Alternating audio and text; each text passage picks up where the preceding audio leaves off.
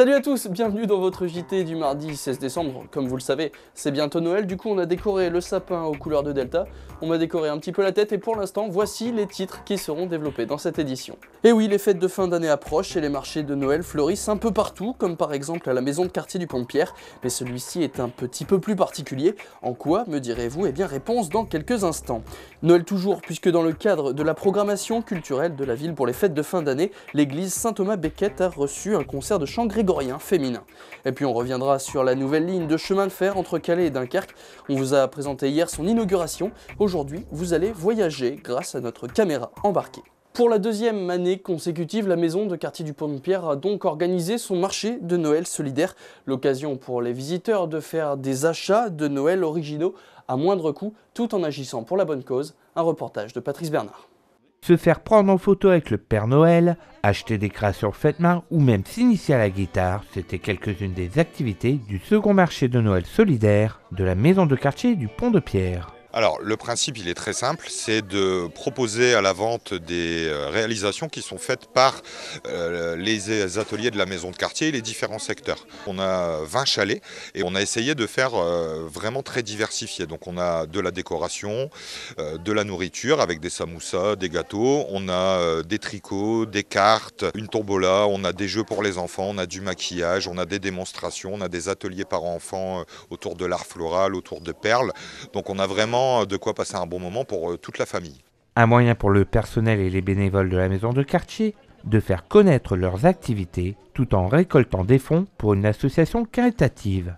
L'an dernier, les bénéfices ont été reversés à l'association Rêve. Cette année, c'est au tour de l'association Espoir de Vivre, Vivre le Cancer de recevoir les bénéfices de cette manifestation. Ça va servir à aider les malades naturellement et comme on sait que maintenant les remboursements de l'État ne sont plus aussi satisfaisants qu'avant, il y a toujours la prise en charge à 100% pour l'hospitalisation, pour les gros soins comme la chimiothérapie et la thérapie, mais tout n'est pas pris à 100%, donc ça servira à ça.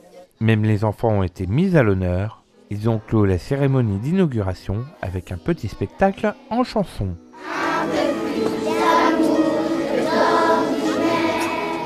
Dans le cadre de la programmation culturelle de Noël à Gravelines, l'église Saint-Thomas-Becket des Huttes a reçu un concert de chant grégorien, mais pas n'importe lequel puisqu'il était chanté par un chœur exclusivement féminin des élèves de l'école de musique de l'Onne-Plage. Un reportage de Patrice Bernard.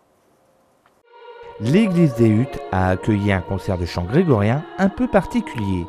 Face au public, personne. Les 9 choristes et les 2 musiciens issus de la classe de chant lyrique de l'école de musique de l'Onne-Plage s'étaient placés dos au public. Ce sont les conditions d'origine. C'est du chant grégorien d'époque médiévale, donc chanté par des nonnes ou par des moines. Et donc souvent c'était des répétitions jubées. Le but n'est pas de donner un spectacle ou un concert, mais le but est d'inspirer à la méditation. Autre particularité, si on a l'habitude d'entendre ce type de chant interprété par des voix masculines, le répertoire de ce concert était interprété par 9 voix féminines.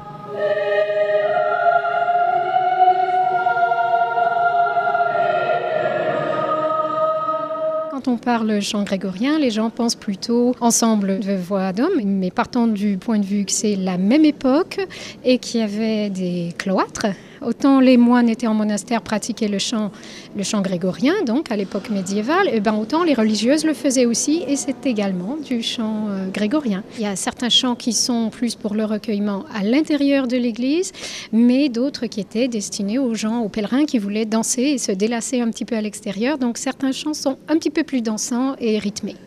Cet ensemble vocal créé par Nathalie Pilon en 2013 commence à bien se faire connaître. Il a déjà été invité à se produire à la cathédrale de Saint-Omer lors de son festival de musique sacrée et à l'église Saint-Éloi de Dunkerque lors d'une soirée orchestrée par Brigitte Fossé. À peine inauguré et déjà quelques petits soucis pour la ligne de chemin de fer Calais-Dunkerque. Ce matin, 2 TER ont été supprimés, des retards importants s'en sont suivis, des problèmes techniques manifestement liés à une rupture de caténaire, mais tout est rentré dans l'ordre. Le train avait lui circulé normalement lors de son voyage inaugural ce week-end, alors on vous invite à monter à bord grâce à la caméra embarquée de Patrice Bernard. 10h-10, gare de Dunkerque, les passagers du TER à destination de Calais montent à bord du train inaugural. Le train démarre à 10h précises pour une arrivée prévue à 10h50. À l'intérieur, on retrouve tout le confort et les équipements d'un TER régional classique. Au niveau du barreau de Saint-Georges, le train profite de la voie rénovée pour rouler à 110 km/h. 10h14, le train arrive en gare de Bourbourg pour 5 minutes d'arrêt. Puis le train repart. À son bord, un faux contrôleur joué par un comédien anime le train en commentant le voyage.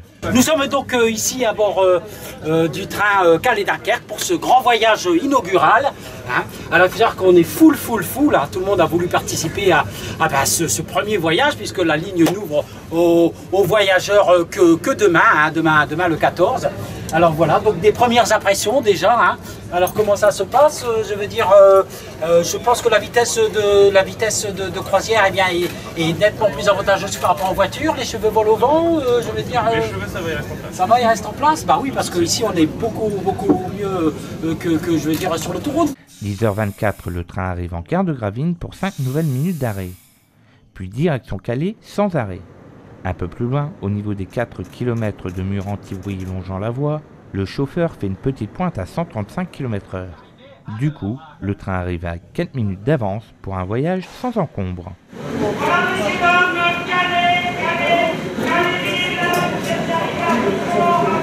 Et puis juste avant de se quitter, une petite info sport puisque ce midi avait lieu le tirage au sort pour la Coupe de France féminine de football.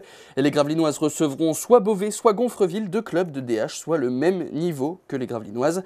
Joint par nos soins, Alain Quesnay, le vice-président de la délégation féminine de l'US Gravelines, estime que ces joueuses ont de la chance, mais se trouve un peu déçu de ne pas avoir tiré une grosse équipe. Il sera d'ailleurs l'invité du Delta Sport Agenda jeudi avec Michel Villard. Voilà, c'est la fin de ce journal. Merci à tous de l'avoir suivi. Tout de suite, c'est encore Noël dans votre télé puisque votre plein phare est consacré au marché de Noël de Gravelines. Le prochain JT, ce sera quant à lui jeudi. Très bonne soirée à tous sur Delta TV.